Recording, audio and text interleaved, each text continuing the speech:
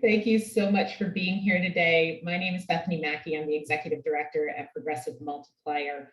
Our Chief Storyteller, Violetta Bermudez, will be live tweeting during today's briefing, and she'll be posting commentary and questions on all our social media channels after the event.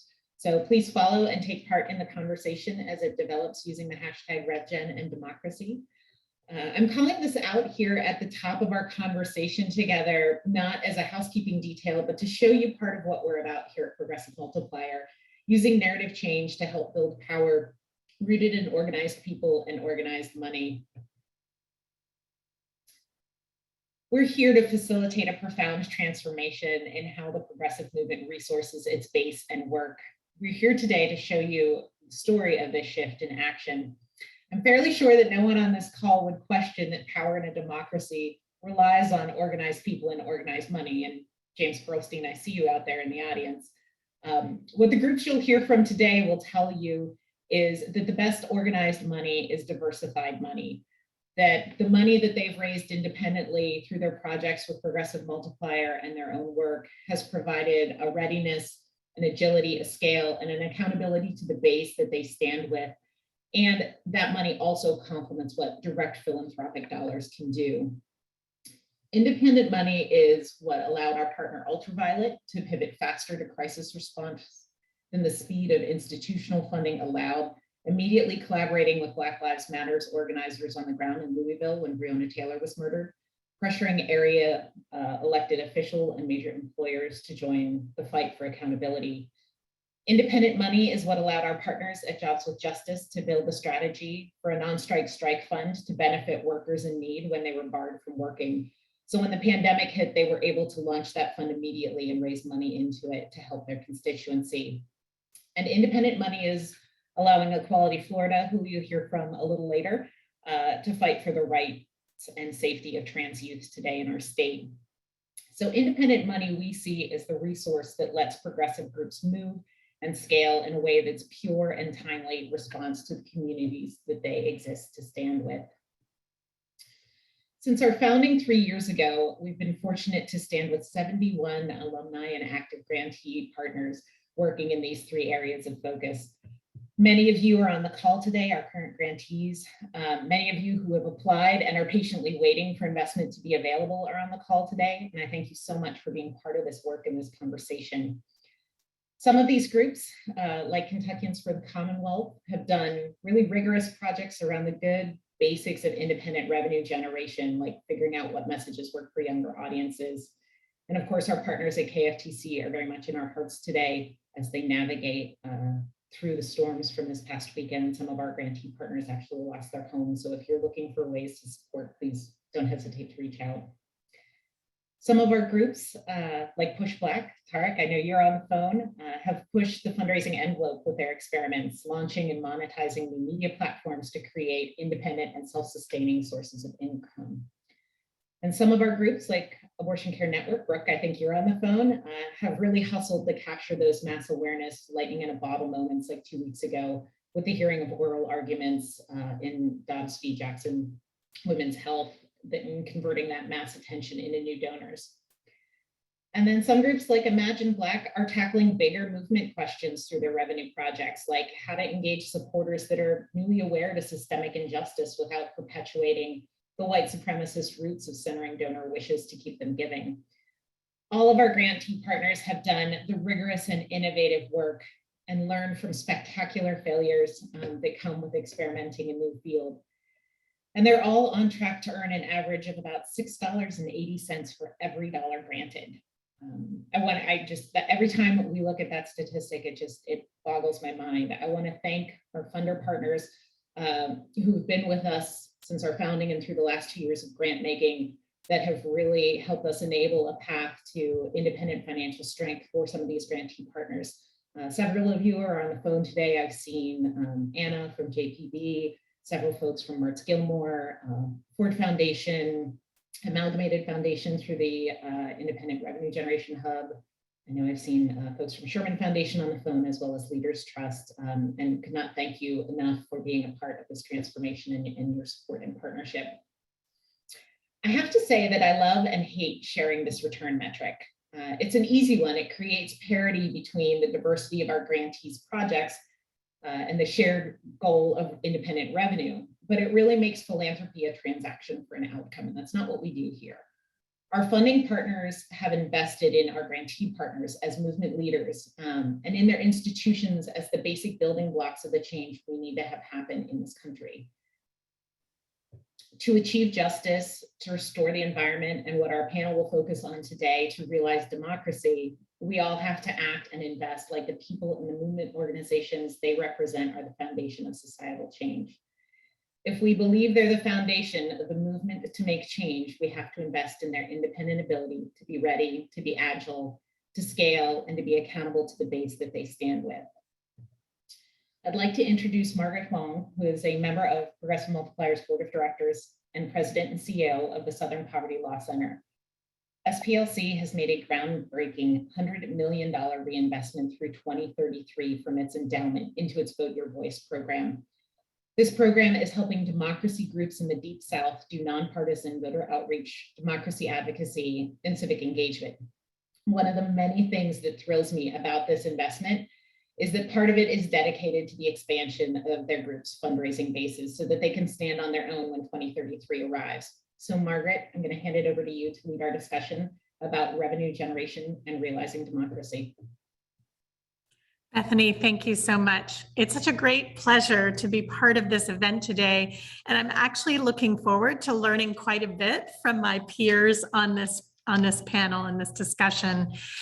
I was really appreciative of the invitation to join the Progressive Multipliers board this past year. And it's because I am a strong believer in the power of independent revenue generation for progressive grassroots organizations. I have spent my entire career in nonprofit work, doing advocacy. And I can tell you that the fortunes and the challenges for so many of the organizations where I worked really rose and fell with the availability of funding. Many of my past organizations have been heavily reliant on philanthropic institutions. And I've been part of organizations that have subsequently gone out of business when we've been unable to retain the support from the philanthropic institutions that were supporting our efforts. So the opportunity to give progressive grassroots groups the chance to drive their own work, to see where the needs are, and to be part of that effort is so compelling. And I'm really, really grateful to be part of the Progressive Multiplier work and approach. And that approach is more necessary today than ever. Bethany mentioned that the Southern Poverty Law Center has made a huge commitment to focusing on the Deep South and to supporting grassroots organizing and mobilizing to protect our democracy here in the South and across the country. We're at a moment where we are challenged by so many obstacles, but perhaps the biggest one is the misinformation and the disinclination to support democracy and the right to vote in this country. And this is going to have staggering impacts on all aspects of our work. It is going to be impossible to advocate on behalf of much needed reforms and policy changes if we have a government that is not responsive to its electorate. And we're losing right now the battle to engage new voters, to bring more people into the system. In fact, the system is being designed now to discourage and prevent people from participating in our democracy. We have more challenges than ever, not just in the states where the Southern Poverty Law Center is, but in fact across the country. And that's why it's more important today that progressive grassroots groups have the flexibility, the agility to identify opportunities and challenges that need a response, that may not have time to put together a proposal or to find the right philanthropic institutions who are ready to step up, but really give organizations the chance to show what progressive activism can do. And that's, in fact, our fortune of having these wonderful folks on this call to share with you what their how they've used this opportunity, how they've taken investments in their strengths, in their capacities, and turned them into even greater opportunities for their organization. I'm going to invite each of my colleagues to give a brief introduction of themselves and to share with you where they are and a little bit about the work that they've been doing. Let me kick off with Nadine. Hey everybody, I'm Nadine Smith. I'm the Executive Director of Equality Florida. I use she pronouns, and I'm one of the co-founders of Equality Florida. Next year, we will be celebrating 25 years of doing work in a state which has been controlled by one party, the Republicans, really since the formation of Equality Florida. So that's the legislative, gubernatorial, and cabinet level. So it has been a challenging petri dish to do this work. You know, we sort of move across the line of from red to purple, depending on how many folks from other states decide to make Florida their home. But it has also meant that we have been a lab in both directions. Some of the worst laws in the state sort of get formulated here, but some of the best defense and offensive moves also get formulated here. So we are also part of a network of statewide organizations. And one of the things I love about being part of that statewide network of LGBT organizations doing this work is that we are a turfless ecosystem where people share, not only do they share the best ideas that we're able to replicate, but they also share the biggest mistakes, which is a rare thing to have a space to say, wow, really, you don't want to make the same mistake we made over here. So, you know, working with the Progressive Multiplier team has been really quite amazing because they reflect the same values that we do. And we'll talk about it a little bit later, but developing a mechanism for getting individual donations is also about developing messaging that resonates with people in their real lives, in their day-to-day lives. And we get to, and I think our movement has to do that. The progressive side of the aisle has to get better at that. The people we are up against reduce things to their lowest common denominator, and it's effective. It's effective in the same way it's easier to break a beautiful stained glass window than it is to build it. And we are on the building side of things. But nonetheless, our messaging has to get sharper, stronger, more impactful, more seductive, and more enlightening. Thank you so much, Nadine. And I love that you're lifting up some of the themes that we'll dig into in our panel discussion. Appreciate that. Let me hand over to Jonathan. Hey everyone, Jonathan Bix, use he, him pronouns. I'm the Executive Director of For the Many. We're a statewide organization in New York State, building a grassroots movement of everyday people across race and age and language to fight for laws and win elections that bring us closer to a New York for the many. We were founded in 2012 as an all-volunteer group. I came on as one of the first 2 paid staff in 2014. Been here since then. We have a C3, a C4, and a PAC. And briefly about our strategy, you know, New York State is definitely different terrain than Florida, so I really appreciate Equality Florida for the work they're doing down there. But, you know, we think New York State is also important for different reasons. We're trying to sort of push the progressive edge of the possible up here.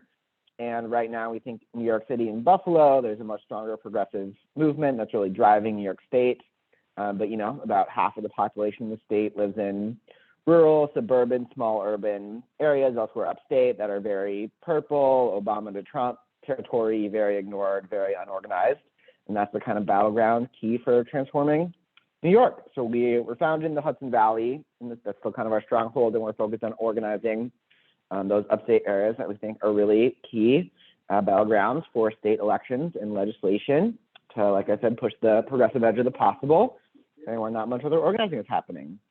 And I'm excited to talk more with you all later about our grassroots fundraising program, which has been really key to our work since the beginning. Terrific. Thanks so much, Jonathan. We're really glad you're here. And our last speaker, certainly not least, is Alex Gomez. Alex, would you like to introduce yourself? Yes, thank you so much for the space. Happy to be here. Also really excited to celebrate Bethany. And so Tomas, co-ED, is also on, and excited to tag him in at certain points.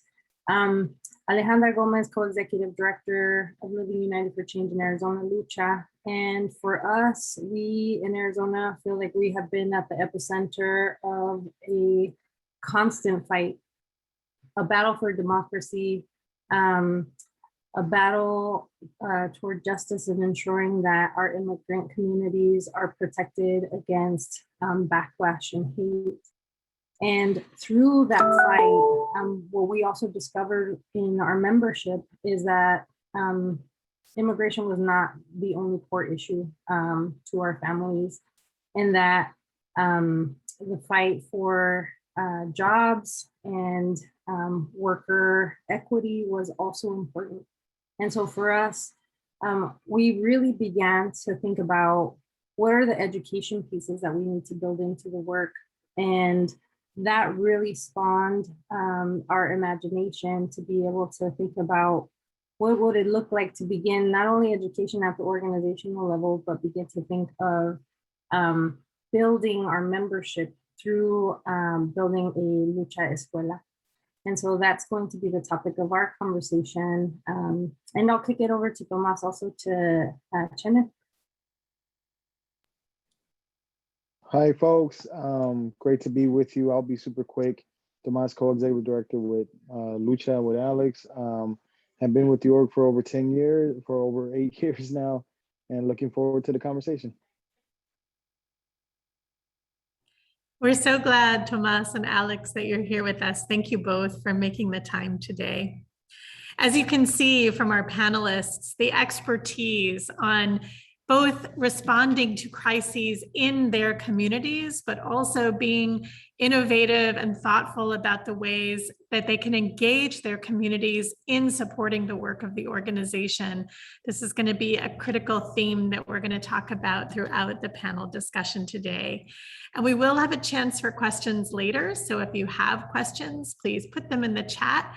And Bethany is going to help me out since I'll have a hard time reading the chat and listening to the conversation. We'll make sure we try to get to everyone's question after we have a few chats amongst ourselves. So for my colleagues, I'm excited to actually kick off by asking you about the projects that you're all undertaking with the support of Progressive Multiplier. Obviously, the purpose of these projects is to develop revenue generation and to support the work that we need from all of you so very much.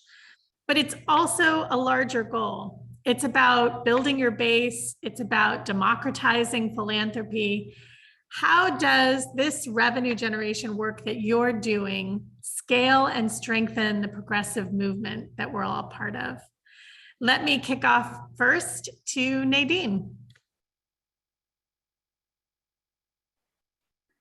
You know, I think that, one of the challenges, especially as, the state LGBT movement is the youngest part of the ecosystem of LGBT organizing.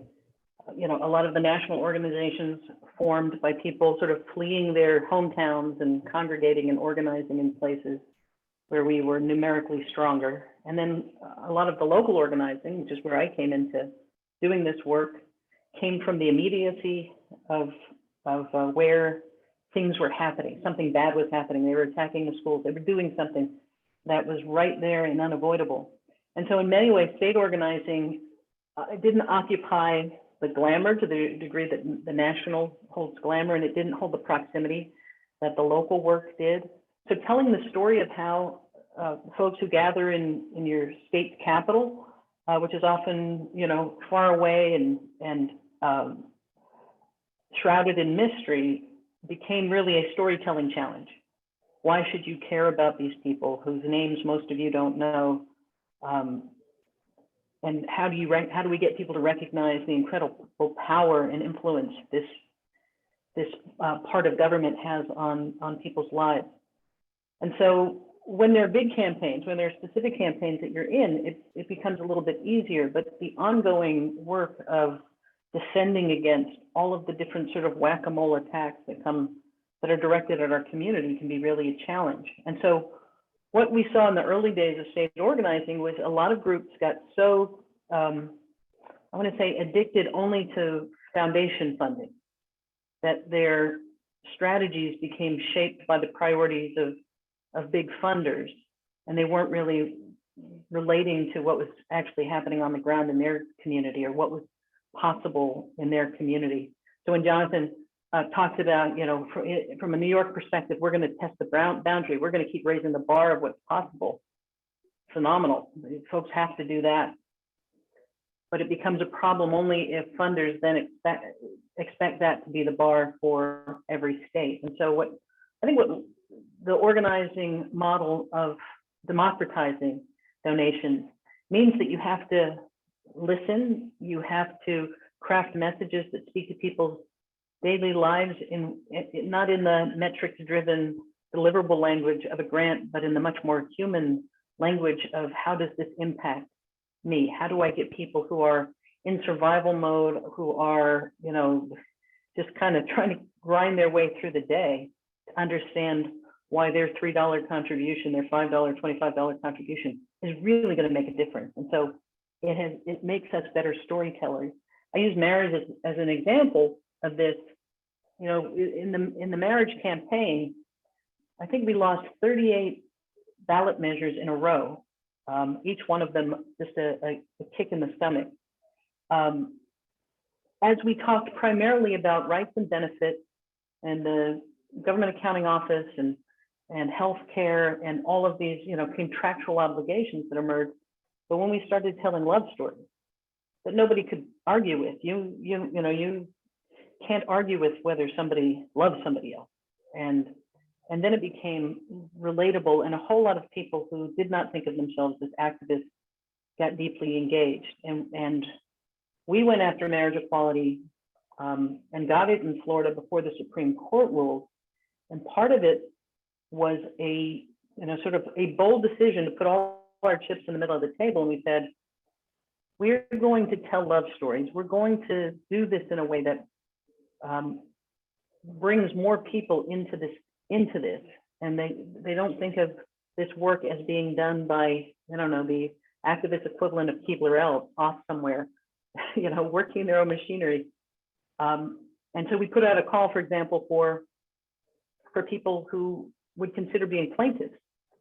And we thought we'd get a couple of hundred. In less than 48 hours, we had more than 3,000 people respond. And even though we didn't have 3,000 plaintiffs, they all became storytellers. They all became featured stories in their local paper. They all became part of our big army of storytellers. So we're applying the same thought process around the very coordinated nationwide attacks on trans youth. They're targeting trans youth because it's a small population. They figure vulnerable, politically not as strong, and therefore our response has to be the same, not to speak for trans young people, their parents, their doctors, their coaches, their teammates, but to find a way that we allow those stories to be told and amplified. And every place that we've been able to do that, we see people shift from, you know, I would say shift from ignorance and therefore a deference to the malicious and dehumanizing rhetoric to empathy, understanding, and a recognition that they're being sold a bill of goods, right? But what we don't have yet is the big enough megaphone. So that's the work that we've been engaged in. Those are the messages we've been developing to talk to people about this issue. And we're under no illusions that the education isn't just outside of the LGBTQ community. The LGBT community has to get educated around trans issues as well. So it has been really so important that at a time when a lot of resources are focused, say, on passage of the Equality Act or responding to some of the other issues that take up a lot of space in the news, that we've been able to generate resources that allowed us to respond very specifically around this coordinated nationwide attack on trans youth that led to the passage of a sports ban, and now they're coming back with language that would criminalize doctors for providing life-saving medical care for trans young people. So we've got a lot of work to do. We've got a lot of messaging and narrative and storytelling, and we have a lot of work cut out for us, but we see how people are responding when we're able to deliver that message. We've seen a dramatic increase in the number of people who give at the $3, $5, $25 level, and how it liberates us to not be driven by whatever the gravitational pull of any individual major funder, but to really respond to what our community needs. Nadine, it's just such an incredible story. Thank you for sharing that. And I know our colleagues have similar impressive stories to share. Alex, may I turn to you and ask you to share a little bit about your model and how it helps your broader mission and purpose of work at LUCHA? Yes, thank you. Completely agree with Nadine. The two realities that we faced in Arizona is that either there was extremely scarce resources while our communities were in a full frontal attack by the right during the SB 1070 in their Arpaio years. And then now we also have a situation where there is funding coming to Arizona, but really with an electoral lens. And so what often happens is that the issue-based campaigns that matter to our communities, the types of campaigns and issues that directly affect our communities often don't get funding. And so it's really with visionary partners like our partners at Progressive Multiplier Fund. That's where we get to dream big about what sustainability looks like for the fight, both internally as an organization, but also to be able to keep up the work. And so for us, the fight really started with having to build a model to ask our members to become dues-paying members, because we were not seeing the amount of funding to be able to wage fights on the core issues that our membership cared about. And so that really led to us really identifying that our members wanted to be more invested. What that has done is our members have become more engaged in the fights, have a say, and they feel ownership over the organization. And where our members' vision has led us, and I'll kick it over to Tomas to be able to talk about where we're going now in terms of the vision ahead of providing spaces where our communities could come and learn together on how to continue the fight and carry the torch. Thanks, Alex, and hi, everyone. And thank you for being patient and having me be a guest cameo surprise appearance. I'm really fortunate to be here. And again, thank you, everyone. You know, what Alex laid out was really an amazing way that we've been able to build power in the state. And so, you know, these first 10 years of LUCHA in the state of Arizona was really built upon building up a foundation to be able to fight back against some of these atrocious policies that come out of the state since 2010, and even last year, or this year, actually, early this year, on some anti-democracy work. And so what we know we need to do from a revenue standpoint is two things. One, we know major elections like the US Senate and presidency don't come around every 2 years. We've been fortunate. So we need to focus on revenue generation because large money isn't coming to the state in future years. And the second part is that even with that type of funding, it doesn't allow us to grow our base, educate our base, and really build up that that engagement that allows people to really challenge the systems that we have in place in front of us. And so that for us means that going a step deeper into revenue, and that includes a variety of things. Number one, we need to establish roots, and that is purchasing land, purchasing and building so that we can create it into the type of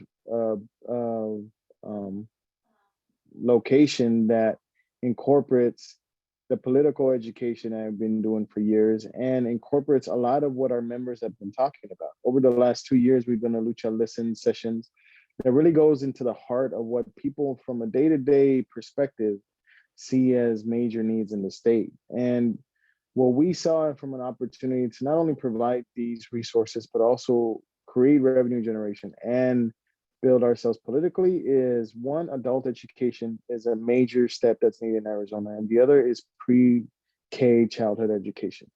We know there's lots of charter schools here. We know there's lots of high school charter schools that are being built to create different models of education. Some are Ponzi schemes to make money, and some are actually legit ways to look at education differently.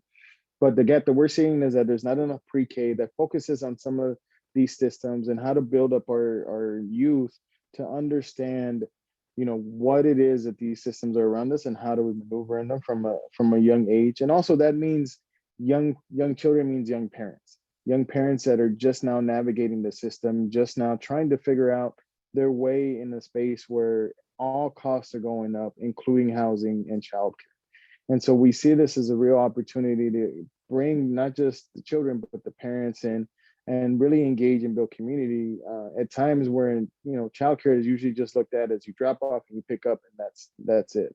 And then the second part is adult education. We know that from a GED standpoint, from other job training standpoints, the state of Arizona is crazy behind. There's a 6-month waiting list for GED programs in the state alone.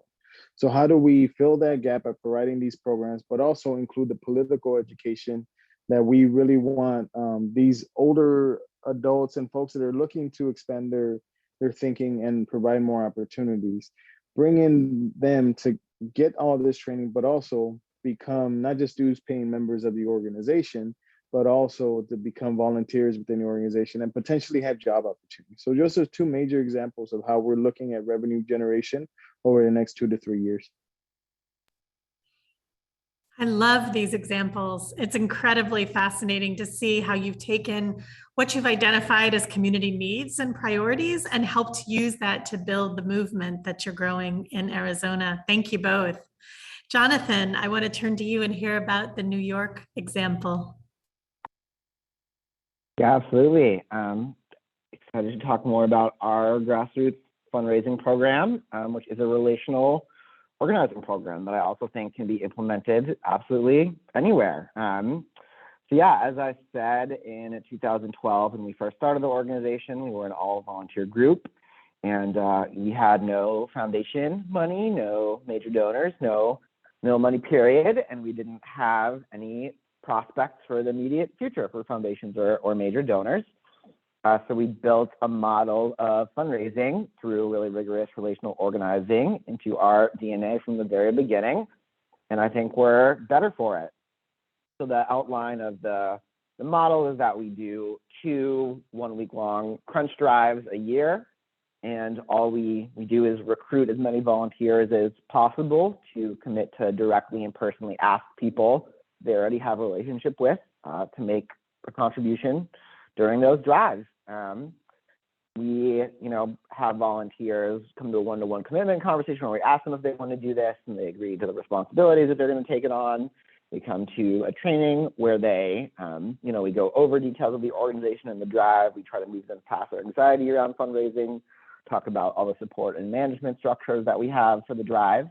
And we have them do an exercise to map out their social networks and who they're going to ask to give. And so through that process, each person we recruit to be a volunteer fundraiser asks an average of about 35 people to give each drive. So it just becomes sort of organizing math, where the more fundraising balls we recruit, the more asks they make of people to give, the more donors we have, and the more money that comes in, and the more, supporters that we have that we can also ask to take other organizing actions. And so, yeah, we've been doing this now for about 9 years, and it's been the growth that's really powered our organization, even as we have now gotten foundation fundraising. For the first few years, our program was increasing by like 100% every year. These last few years, it's been more like 30 to 50%, but I will just take that still.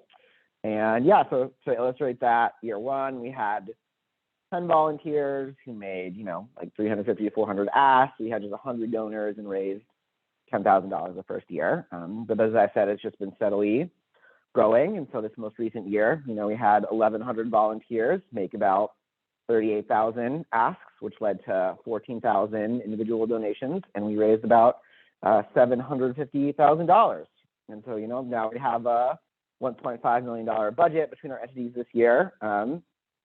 And so even still, our fundraising is still, the grassroots fundraising is still, 55% of our budget or so to 60% usually each year, even as we've grown. And we still have a median donation of under $20 and an average donation of $55. So it's really quite a large small dollar donor program. And there really is there's been no sort of like neat trick that's changed everything. We've never gotten much earned media. We don't have much of a social media following.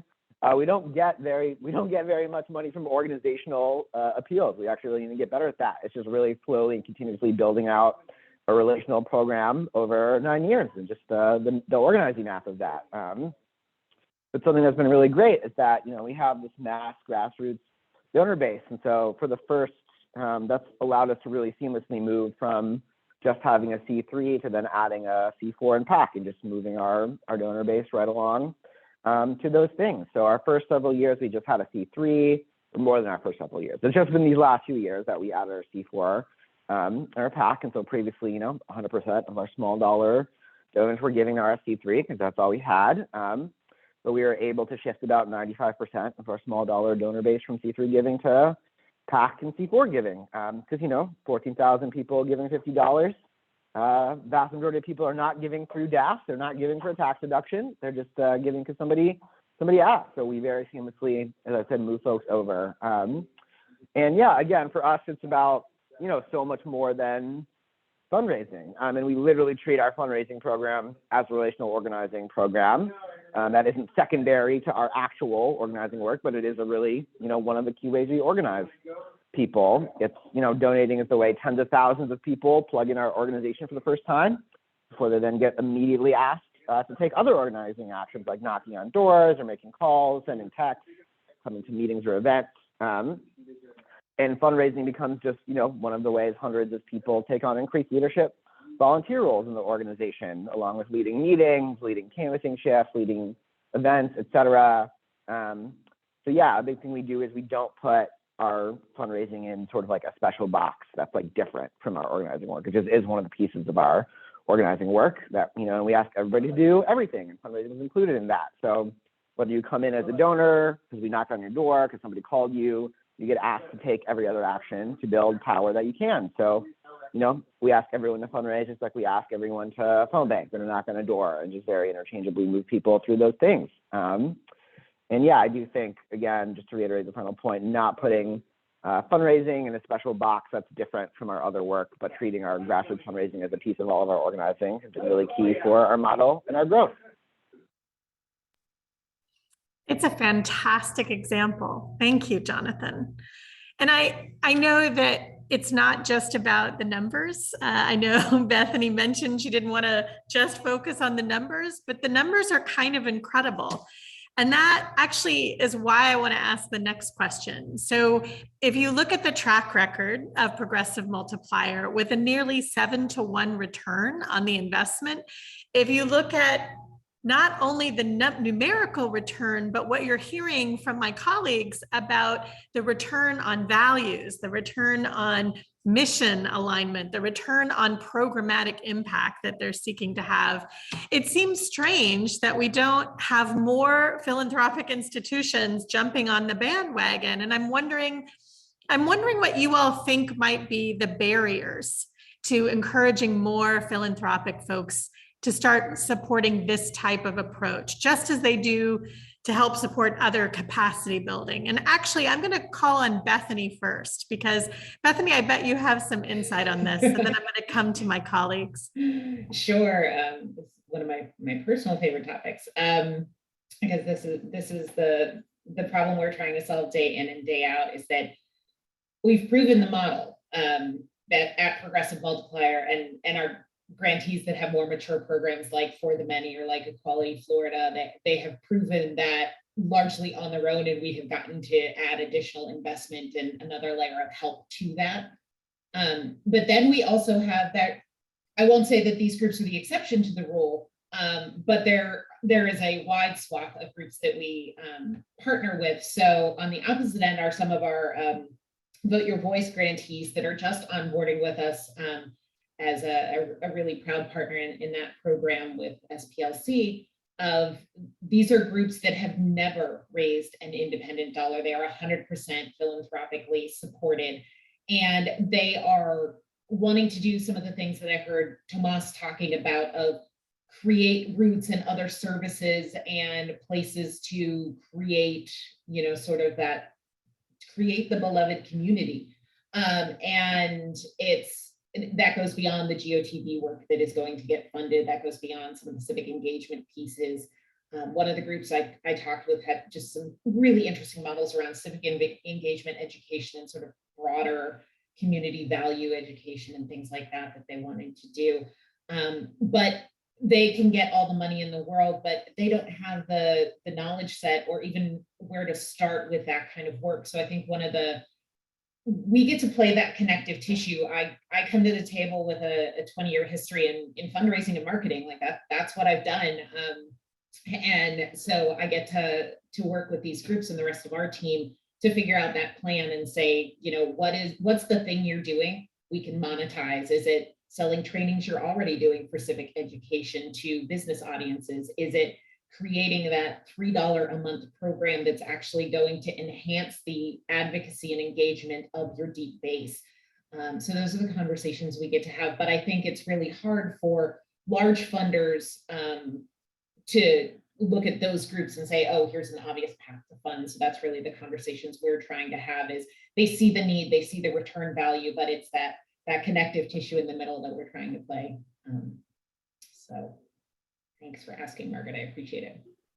Really helpful. Thank you, Bethany. Alex and Tomas, what's been your experience speaking with some of your philanthropic supporters, and what do you think might encourage more of these donors to start funding in this way?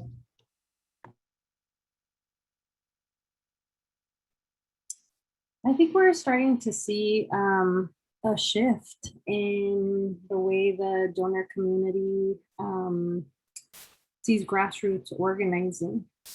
And we're seeing it through the way that the Multiplier Fund is engaging with groups like ours and really trusting our strategy, trusting our analysis in the state, and being able to fund a vision versus a campaign. And what our vision for change in the state really is, what planting roots will mean for grassroots organizing, particularly because our communities are often displaced. Our communities are left often out of agendas, and the work of grassroots organizers like us is to ensure that our communities have a seat at the table, ensure that our communities are able to plant roots and build the next 30-year vision of Arizona and what the fight will look like in a proactive way. And so I think a lot of it has to do with taking risk, because what we have proven is that our communities are in fact not a risk, that our communities have skin in the game in ensuring that Arizona changes for the good, that Arizona becomes stronger, and that the policies actually reflect an inclusive democracy, which is what we're trying to strengthen and build. And I'll kick it over to Tomas. No, not much to add. I think that was great. What Alex said, it's all rings true, and we're looking forward to keep changing the narrative as we go along, because this is the next wave of funding, because we can't rely on large foundations. I think Jonathan mentioned it. Like, large foundation giving is no longer going to be a thing in the very near future. I think that's right, Tomas. And I'd love to hear from Jonathan, given that your entire fundraising experience has been based on this approach of relational organizing, I'd love to hear how you're seeing a response from institutional donors and how they're reacting to this approach and this model as something to lift up for others. Yeah, so there are, of course, some amazing institutions like Progressive Multiplier Fund that are very supportive and very great about lifting it up. And I think for some other foundations, it's just like hard for them to understand what it means. Like, they don't really have a context for it because they're just more swimming in a world of foundation dollars. And yeah, so again, with us, it's not that like foundation money is bad, right? We love foundation money. We take grants all the time too, right? But it's more that, to get to the scale of organizing to create the transformative change we want, that means organizing millions of people, and we're never going to have the, institutional money to put millions of people on a payroll. So we have to be activating millions of people as, volunteers taking organizing action to build power. And yeah, we just try to be clear that for us, again, sort of like grassroots fundraising is not only a way to build sort of sustainable long-term money to build these movements in the millions, but it's a way to actually build power and keep scaling our base. But yeah, I got off into a tangent. But for the original question, I think it's, for some people have more or less sort of context even for what it means to do this sort of grassroots fundraising. So we're trying to introduce it to more institutions and also help more similar base building organizations like ours learn how to do it. Great. Nadine, what about you? What's been your experience trying to persuade other foundations, other philanthropic donors to reimagine how they might approach supporting progressive work? Well, I think doing this over a long period of time, I've seen some of the best practices and some of the worst. And oddly enough, I think COVID has shifted so many ways that funders are interacting with organizations, and in many ways for the better. So, I think there's a couple of things that happen that make it challenging with institutional, philanthropy, which is sometimes groupthink within philanthropic circles, especially if they are sort of clustered in more progressive parts of the country.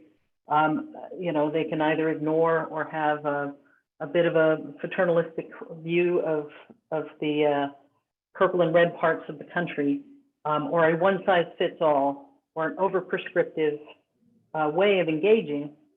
But also, they have the same thing that individual donors have. Like, when I give, I want to know what's different because I gave, right? When the question is often, what gets to continue to exist because I gave? What good thing will still have the lights and the people to do the work? And then sometimes it's because the metrics around evaluating what a good organization, what proportions, what percentage goes into this or this that are used in sort of mainstream philanthropic circles don't make sense when your people are the product, are the thing. They're not overhead. They are the reason that every school district in the state has at least one person who has been trained to be a lifeline to LGBT young people. Our people are not the tools on the way to another thing. We're not Meals on Wheels, but sometimes the framework that we are put into it values what it can measure instead of measures what is really valuable. It's hard to measure relationships. It's hard to say this group of conservative charter school members now have a 25% stronger relationship with us. It's hard to quantify, but the investment in that work has paid extraordinary dividends. Sometimes it's the attack that they don't launch because now they have a different relationship. So there are a lot of places where I think COVID has caused a number of foundations to say, you know what, we're giving you general operating. I know we went through this whole period that was based on distrust. So I'll add this, the more strictures that get on funding tend to reflect, we don't believe or trust your judgment in executing this, or we've been burned by too many organizations that said they were going to do what the funding was for when they knew from the jump that they were really going to spend it on something else. And so it becomes this this game. And when you are able to generate revenue through, you know, small dollar donors, it gives you the freedom to be really honest with those larger funders. You know, there's funding that we've turned down that was from good organizations with good instinct, but it didn't align with our mission, vision, and values. It wasn't a good fit for us. And now the next time we engage with them, they believe, yeah, we're going to do what we said we did, because we're not going to play those games. If we accept that funding, we're going to do what we told you we're going to do with that funding. But a lot of organizations where your nose is just above the waterline, it gets hard in that moment to say, we don't really think that's possible in our scenario, but, you know, hey, the report's not due for, 8 months. So let's see how far we can get. So I do think that giving more general operating, investing in the softer science of the work, the relational fundraising approach that Jonathan's talking about can be quantified in how many dollars have been generated from this. But there's these other intangibles that change the environment in which we're doing this work. After Pulse, after the massacre at Pulse, there were so many pastors and conservatives who the year before had been in Tallahassee pushing for the Pastor Protection Act, as though gay couples were just dragging ministers out of their bed and forcing them to marry us. But the dialogue that opened up with them, I can't tell you that this policy resulted or this, but we haven't seen them in Tallahassee doing what they used to be doing, right? We haven't seen them bringing the worst of the worst bills forward. So I would just say, I hope that there's greater trust between philanthropy and the organizations on the ground to not bring a one-size-fits-all, but and I'm seeing a lot of organizations, a lot of philanthropic organizations where that message has penetrated, and some that I think have been pleasantly surprised in COVID when they said, you know what, we're not going to ask all those usual things from you. You know what you need to do in this rapidly changing environment. And I think what they saw was you can trust those organizations that are on the ground closer to where, those pain points to react and you can create a greater sense of trust and partnership when you create an environment where an organization can say, yeah, we thought that's what it was going to be, but as we got closer into it, it turns out that this other thing that nobody really saw was the place where we really needed to put our energy. And I think that the more you have an independent revenue stream that is much more responsive and therefore accountable to people on the ground, the easier it is to build those mutually respectful, honest conversations that allow you to say no to resources if they aren't in alignment with what you ought to be doing. One of the things that's so striking about listening to each of you is the sense of positive creation of movement. You're each talking about the ways that you are engaging with community members, where you're building a different vision of the world, where you're building this movement together. And it's quite a contrast to the way that we've often seen fundraising pitches from the progressive movement. Even the way that I opened up this panel discussion, talking about the threat to democracy, talking about the threats to our communities. That is a typical kind of start of a pitch about why people should support us. But what I really love is how each of you are talking about the constructive side, the building side. And I'd love to know how that narrative really lifts up your work and how much you're thinking about the narrative of both threats or obstacles, as well as building and creating and strengthening. Jonathan, can I kick it to you a little bit to talk about the narrative that you all use in your relational organizing work? Yeah, absolutely.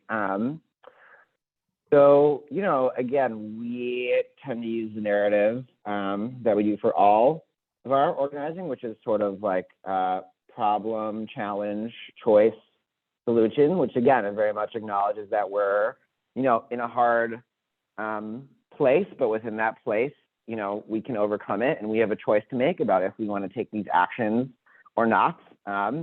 And we show people that if you do, if you make the choice to do this thing, that we can then win. So it's a sort of like underdog that can win mentality that we try to, integrate just sort of like throughout all of our work. And we do that with our fundraising too. And one thing in particular, well, it's not necessarily in particular fundraising, because it's the same thing if you're, I think, trying to organize a coworker to get over anxiety around, taking on a boss, or you're trying to organize somebody in your community to get over anxiety around standing up to the private utility company threatening to shut their power, that you have to do a lot of work to move people past anxiety. So in fundraising, again, sort of like a lot of what we do is talk with our volunteers about how they weren't born with an anxiety about talking about money, right? We were sort of like been socialized into that, and it's part of, keeping oppression and economic inequality the way it is. So talking about it and just being real and direct and normal about it is part of undoing that socialization and building our power to change things. And so for us, that really, lets us move fundraising and money for people from something that's sort of anxious and scary they can't talk about, something that's really powerful and fun and exciting. And it's an action they can take and everyone can do.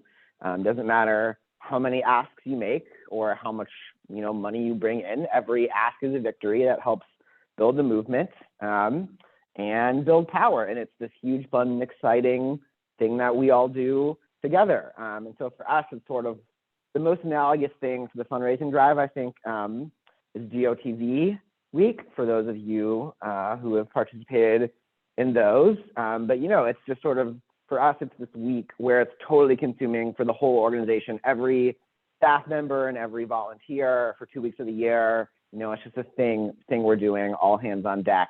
And, I think volunteers see that every staff member is like putting their all into this too. And it builds this sort of like top to bottom, very pro fundraising culture. We put the fun in fundraising, we often say, and it can become friendly competition. Our Slack is like blowing up with the fun anecdotes that all the volunteers are telling about their asks and their gifts. People are asking their exes and they're like competing to get like, the highest number of donations, and it gets really fun. And yeah, again, similar to sort of like, election for a elected official or for a union election, it's sort of like, there is real benefit to there being like a really clear quantitative goal. A whole bunch of people are putting everything on the line to sort of like achieve that, and you win or you lose. And it's just like this really fun, transformative experience where you build really tight relationships sort of through the fire. And yeah, so for us, it helps sort of like, I think, build the fun and excitement and tell this story of power and power building. That's great. Tomas, Alex, what about you? How do you think about your narrative and where you put the emphasis in trying to do your organizing and fundraising? For us, a lot of the last couple of years have really brought about really adapting and evolving from our traditional relational organizing was always in person, attaching app, taking data analytics, having that fundraising ask to see where folks are really going. And the listening sessions were a huge part of that. And then the pandemic happened, and then we couldn't have 30 to 40 to 50 people meetings anymore. And so what we had to do is we had to get more creative on how to get contactless conversations, how to build relationships from a window pane, really, because you either have the window pane of the laptop, or in our voter registration case, you had the window pane from the cars when we would have drive-through voter registrations, and utilizing QR codes to get folks registered, get them in the door, and then get them to the ACE Escuelitas or our political education realm. And then we started experimenting with deep canvas, to where how do we continue this relational organizing without being in relationship in person? And the next best choice that we created was taking our canvassing that we usually do on short topics like who you vote for or in education, and our listening sessions, which are much more intimate, longer, and we combine them. And so we now have, working with one of our national partners, a deep canvas where we actually have 15 to 20-minute conversations at the doors. And we talk about topics that we normally see as quote unquote controversial or divisive. And, we started with immigration, especially with these federal fights. And for that topic in particular, we didn't seek out folks that we know are with us. We didn't seek out our base. We sought out independent voters and voters that typically would not be fully comfortable in supporting a path to citizenship. And we had these long conversations about the intricacies of our immigration reform system, what it means to actually get folks documentation, and also question them like, you probably know someone that's undocumented or is an immigrant. And a lot of people who came either with adverse reactions to immigration or were on the fence went from that to being willing to call their senators and tell them that they need to pass immigration reform. And from that leads into deeper conversations and more digital, and these longer but less in each other's space type of conversations. And so slowly we've been shifting that narrative on a one-to-one basis, while at the same time still building up our people first economy that goes into the adult education and the pre-K childcare that we mentioned earlier, but also digs into temporary assistance for needy families, and ensuring there's a paid family medical leave. So you have all these ways that folks are thinking about, how do I make my day-to-day quality of life that much better? And how does investing $10 a month into this organization help me reach those goals? And so for this coming year, we're looking to expand more into our deep canvassing, because we do feel getting those conversations started before people start thinking about elections will really help people have a base or foundation of education and engagement before the bombardment of ads come out, before candidates start, offering the rainbows and unicorns of the world, to get elected, and actually start supporting real policy goals that can be deemed courageous and progressive. And that's the ultimate goal as we keep experimenting with how we engage with our members. And I'll kick it to Alex to add anything. You covered so much good stuff, Tomas. The only thing that I will add is that for us, our communities, they are thinking about how to thrive. They are thinking about what would make their life better. And they do want to have those conversations. And they offer up the vision for the future when we're at the door with them. We're very clear about what the pain is, but we're also very clear about what the hope is. We have to be able to operate from a place of hope in order to organize our communities. We have to be able to operate a vision for the future in order for our communities to come with us into action and stay engaged. And that actually comes from our communities. And what I'll add is that is the reason why consistency is key, why being in constant relationship and not just cycle to cycle relationship is critical, and why the follow-up and why the invitation to be leaders in our organizations, in the movement, is incredibly critical, because our communities are looking for a way to get engaged and to improve their quality of life. They are the agents of change for their own lives. And so what we say is that this is one big experiment, and the revenue generation is allowing us to experiment on how to build an agenda to thrive, while a lot of our funding focuses on how to defend. We're trying to build the vision to be able to thrive. Wonderful. Nadine, I really want to hear your thoughts about how narrative shapes both opportunities and challenges in fundraising.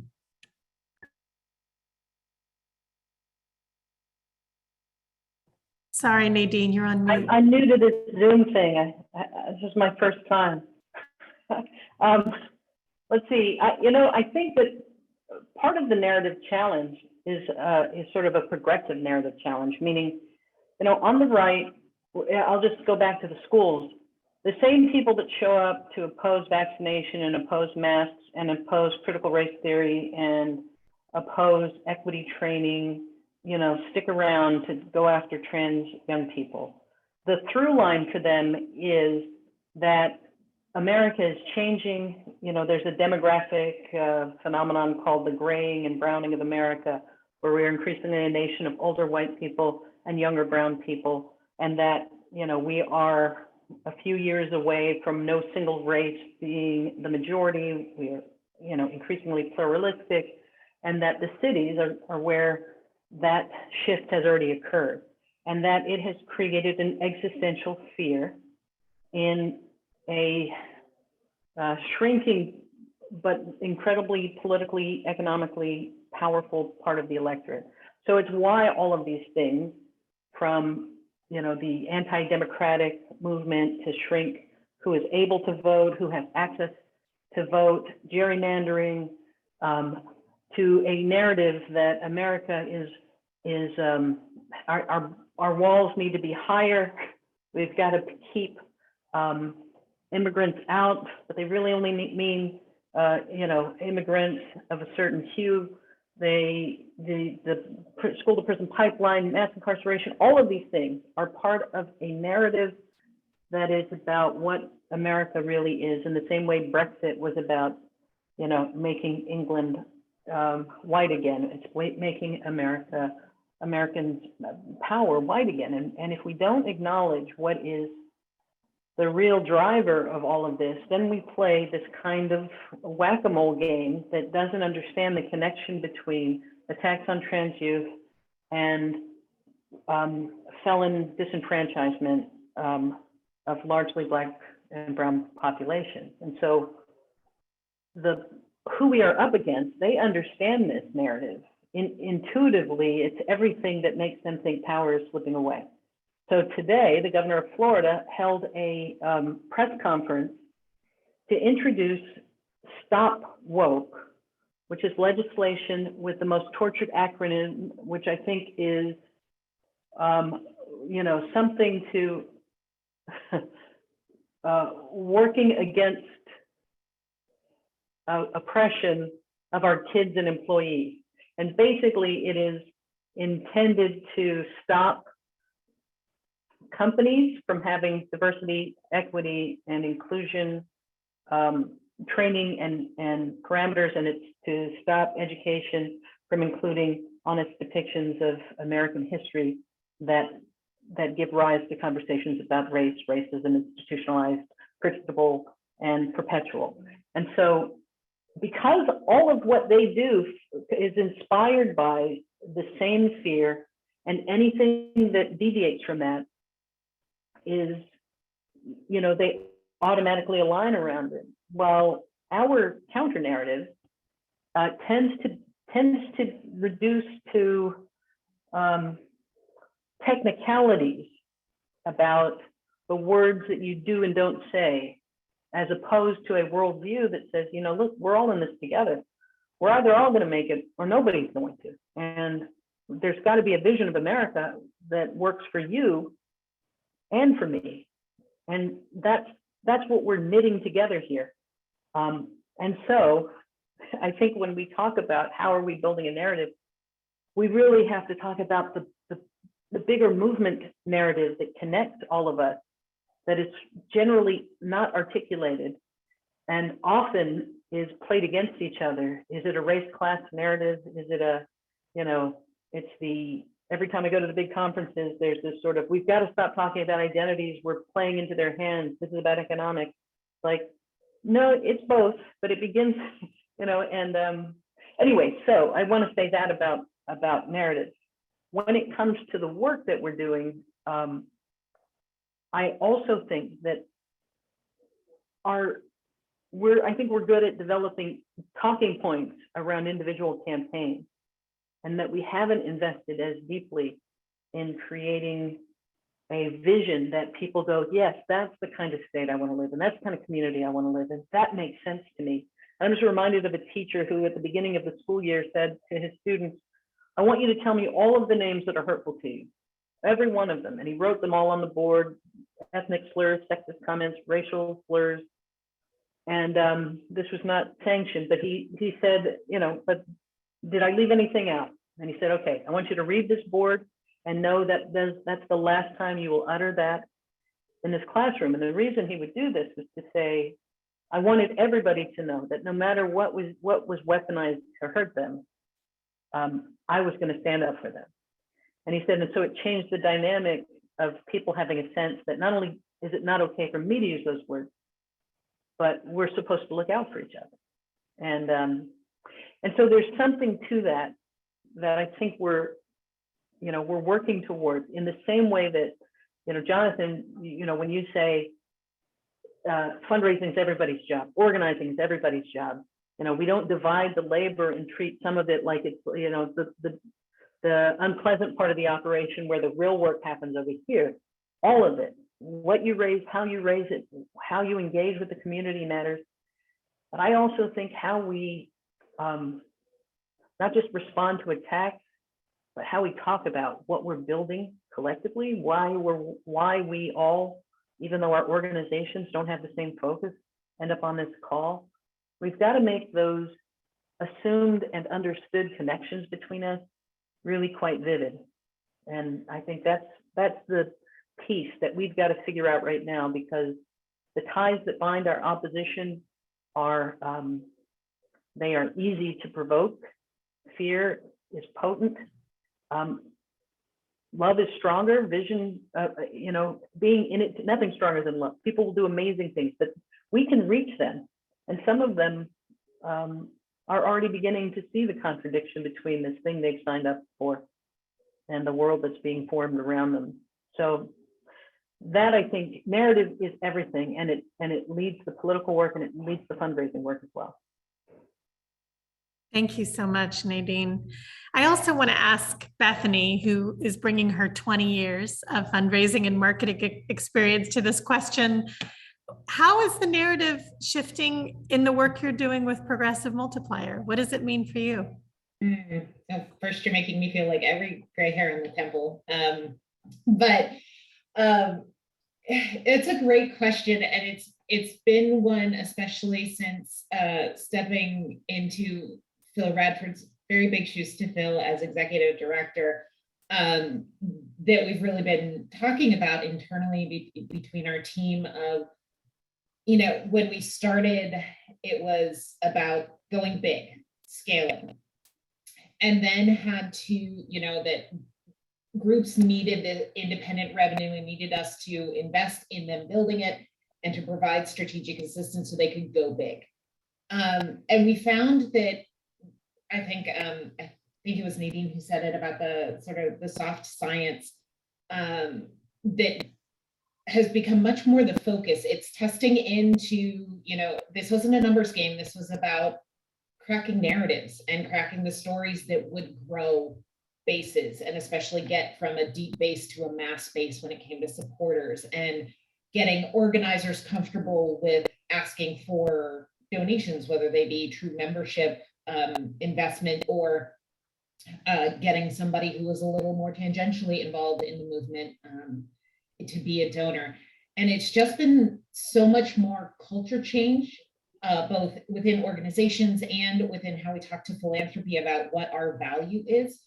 So we have really seen that shift from this concept of scale to, here is the really complex and beautiful soft science-based recipe to scale. And it takes a lot more than just investment. It takes investment and who is the audience? What do they need to hear? What do we feel comfortable as an organization saying? You know, and how do we have the conversation with people to scale in times when it's not an election year, when there's not a campaign on fire? I think so much of our work has become about that evergreen unifying story, both for the organizations and the movement as a whole, and how to turn that into supporters that are giving dollars. So that's been a big part of our evolution. That's great. So now we want to take some questions from all of you. And I'm going to note that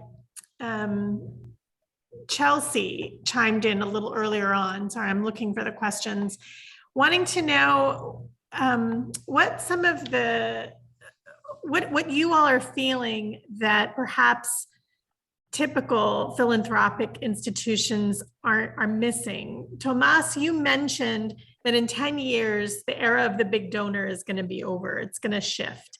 What are those kinds of projections that you all would make based on your approach, your model of relational organizing and working in community? What else do you think traditional philanthropic institutions and other donors should be considering about their fundraising approaches right now? Nadine, did I see you come off mute? Or did you just not go back on? Okay. Anybody want to take that question?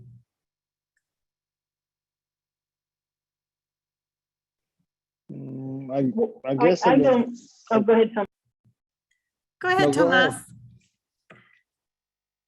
Go ahead, Tomas, and then I'll go to Nadine. Thanks. Okay. So I'm not a prophet. I don't know if 10 years is going to be completely eliminated, but I think the number one thing that we have always struggled to get donors to provide resources for is these very revenue generation streams that we're talking about now. We've presented from entrepreneurial projects, potential dispensaries, and potential other ways to create revenue. And it always feels like anything except for making your own money, we're willing to fund.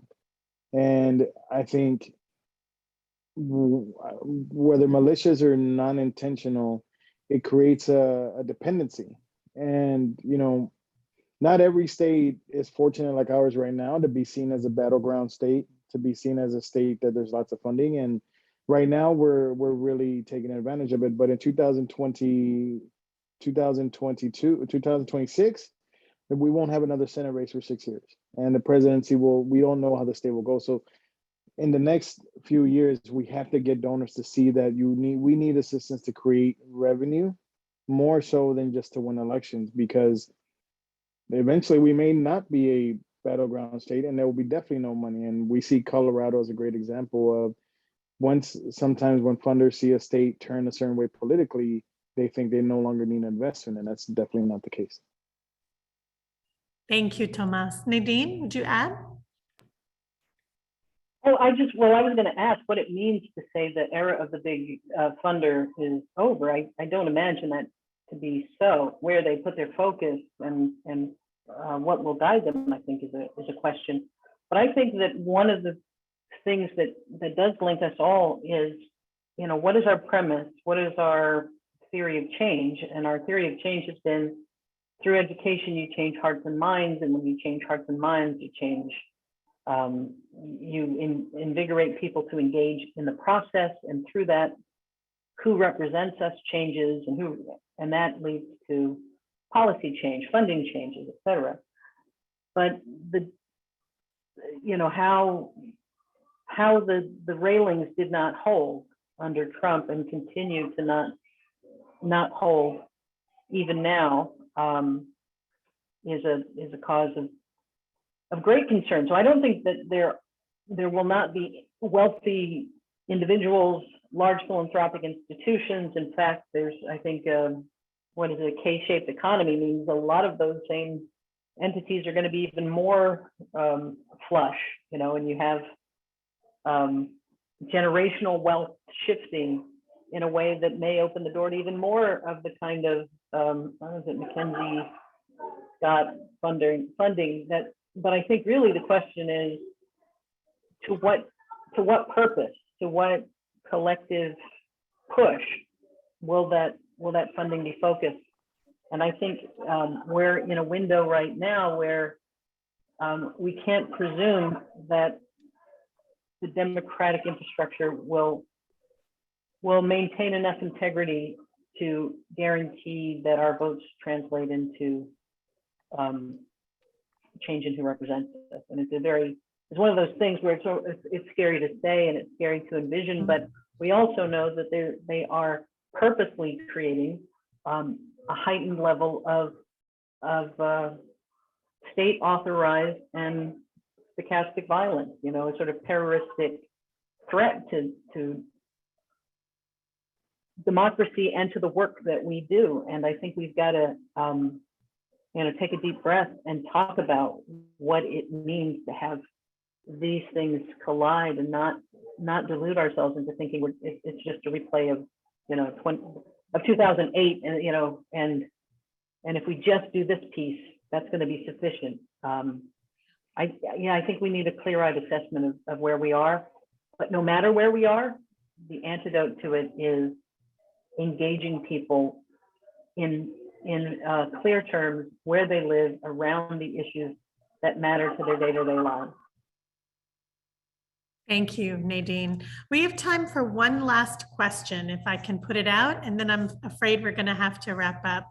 Our last question comes actually from my colleague, Amy Dominguez-Arms, with the Southern Poverty Law Center's Vote Your Voice initiative. Amy is going to be partnering with Bethany and others at Progressive Multiplier to actually bring this approach to many of our partners in the Vote Your Voice project. And she asks about obstacles. As you started out trying to demonstrate the relevancy, the efficacy of this approach, what were some of the obstacles you ran into, and how can we share those lessons learned with colleagues in this initiative? Anyone? I can jump in. And it also, the way that I'm going to approach this also kind of speaks to the last question, is that we need organized people, but we also need organized money. The attacks are only going to get larger. The right is getting more organized. And I mean that in the sense that they are replicating our tactics on the ground. They are doing what grassroots community organizations are doing on the ground. And so some of the challenges now are in being able to reach new communities, being able to expand out into the rural areas, but also breaking through the narrative that rural doesn't just mean white. There are communities of color in the rural areas, and being able to sustain program in areas that are underserved and harder to fund through both like the funding of staff, but also being able to fund an actual office and infrastructure to be able to maintain the work there. So I would say those are some of the challenges that came up for us and what we're thinking through when we're talking about educating and making education relevant to communities that maybe are not as connected to the day-to-day fights as the more urban populated areas. That's really helpful, Alex. Thank you. Anyone else want to add a last comment before I hand back to Bethany? I really want to thank all of our panelists so much. You've really enriched all of our learning today about your work and about the importance of the approach that Progressive Multiplier is enabling so many grassroots organizations to undertake. Bethany, it's a real honor. Thank you for hosting us today, and back to you. Thank you, Margaret. I so appreciate all the time and talent that you bring today and to our board always. So thank you for hosting, and to our panelists. It is one of the treasures of my career to get to work with groups like Equality Florida and LUCHA, and for the many day in and day out. It is really a dream come true. And Alex, when you said that, you know, the work we do, the revenue generation, is about allowing us to build an agenda to thrive versus defend. I think that sums it up better than I ever could, that this is the money that we pivot on and we dream on and we build on quickly and agilely and in response to the communities that we stand with. So thank you for coming today and being part of this critical conversation. Our team's going to be following up with everybody with the recording and notes, and hopefully you've all been following our hashtag. Thank you, Violetta, for keeping us current For all of the fundraisers on the phone, we're sending you all of the good energy for great fundraising over the next few weeks, and wish everyone a peaceful and happy ending to 2021 and an amazing beginning to 2022. And we look forward to working with you in the new year. Thank you, everybody. Take care. Thanks, everyone.